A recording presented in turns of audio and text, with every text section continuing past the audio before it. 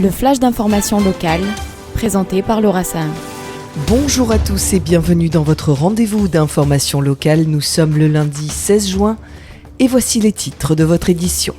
La société Eurolinks basée à Château-Gombert a été ciblée hier par des militants pro-palestiniens qui ont collé des affiches accusant l'entreprise marseillaise de livrer des pièces d'armement à Israël pour ses opérations militaires à Gaza. On pouvait lire sur ces affiches, ouvrez les guillemets, Eurolinks tue les Palestiniens, Eurolinks complice du génocide.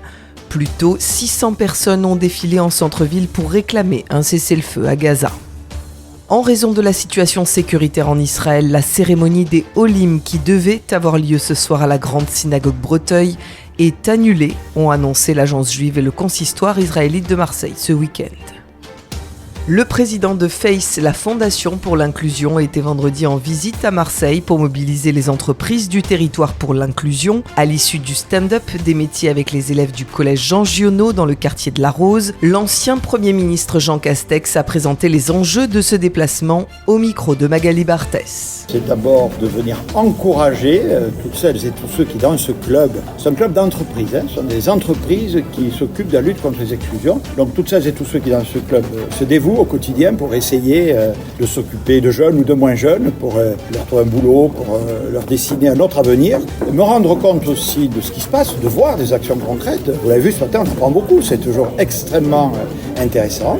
De rencontrer les partenaires du club, le préfet, les élus du territoire. Et puis, je ne termine pas ça parce que c'est pas le moindre, évidemment, je le répète, FACE est un club d'entreprise, donc ça ne marche que s'il y a le plus possible d'entreprises de ce beau territoire qui s'impliquent dans ce club pour donner un peu de leur temps, de leur argent, de leurs moyens au bénéfice de nos concitoyens qui sont dans la difficulté. La fête du vélo avait lieu hier entre la place Castellane et le boulevard Perrier, seulement accessible au vélo entre midi et 18h. Après une grande parade sous l'ombrière, la fête a été inaugurée autour d'un concert et d'animation. Village des associations, expositions, courses de lenteur, mais aussi footbike.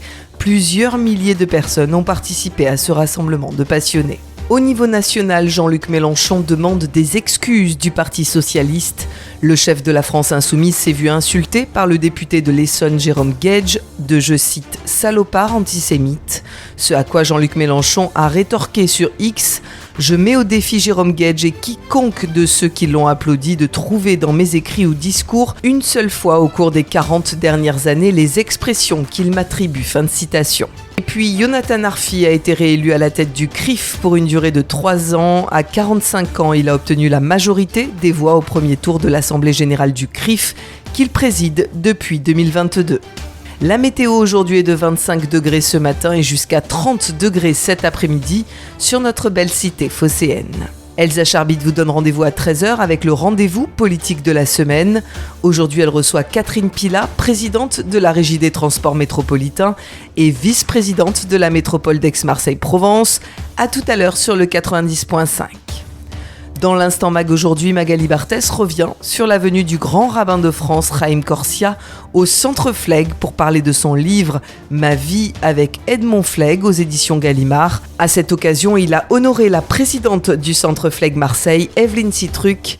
Immersion tout de suite sur Radio JM. Je vous souhaite à tous de passer une très belle journée et surtout, prenez bien soin de vous. Vous venez d'écouter le flash d'information locale, présenté par Laura Sahin.